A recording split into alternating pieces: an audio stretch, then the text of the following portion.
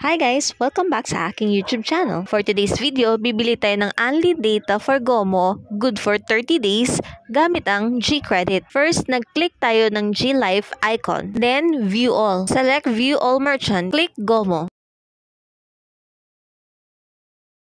Select Unlimited Data, nagkakahalagang 699. Then, input your mobile number and 6-digit PIN. Paalala, kung kayo ay mag-a-avail ng unlimited data sa GOMO, make sure na may laman ang GCash nyo o meron kayong G-Credit. Dahil kapag kinancel nyo, kailangan nyo mag-antay ng 2 hours para sa next transaction.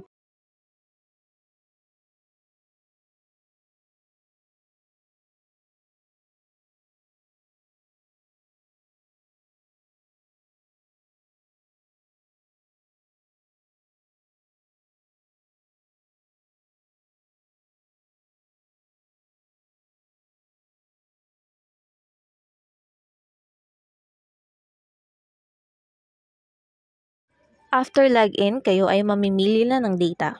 As for me, unlimited data ang pipiliin ko, good for 30 days. Click Confirm and Pay with GCash.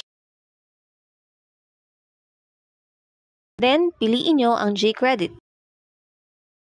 Hindi lagi may promo na unli si GOMO, kaya kailangan nyo abangan every month.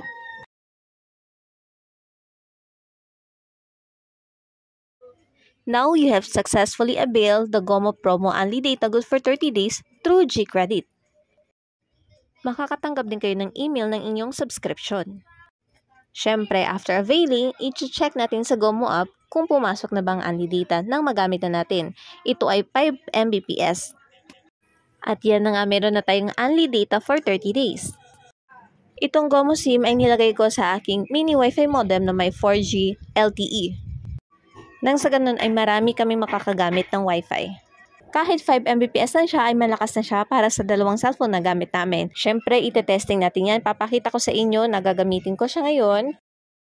So, ito-turn on ko lang yung Wi-Fi at i-off ko tong data. Tapos, magpe-play na tayo ng video. Ang gagamitin ko ay hindi Facebook Lite.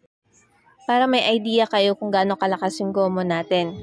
Mas mainam na naka-modem siya kaysa gamitin nyo lang siya sa cellphone nyo kasi mabilis uminit at hindi malakas.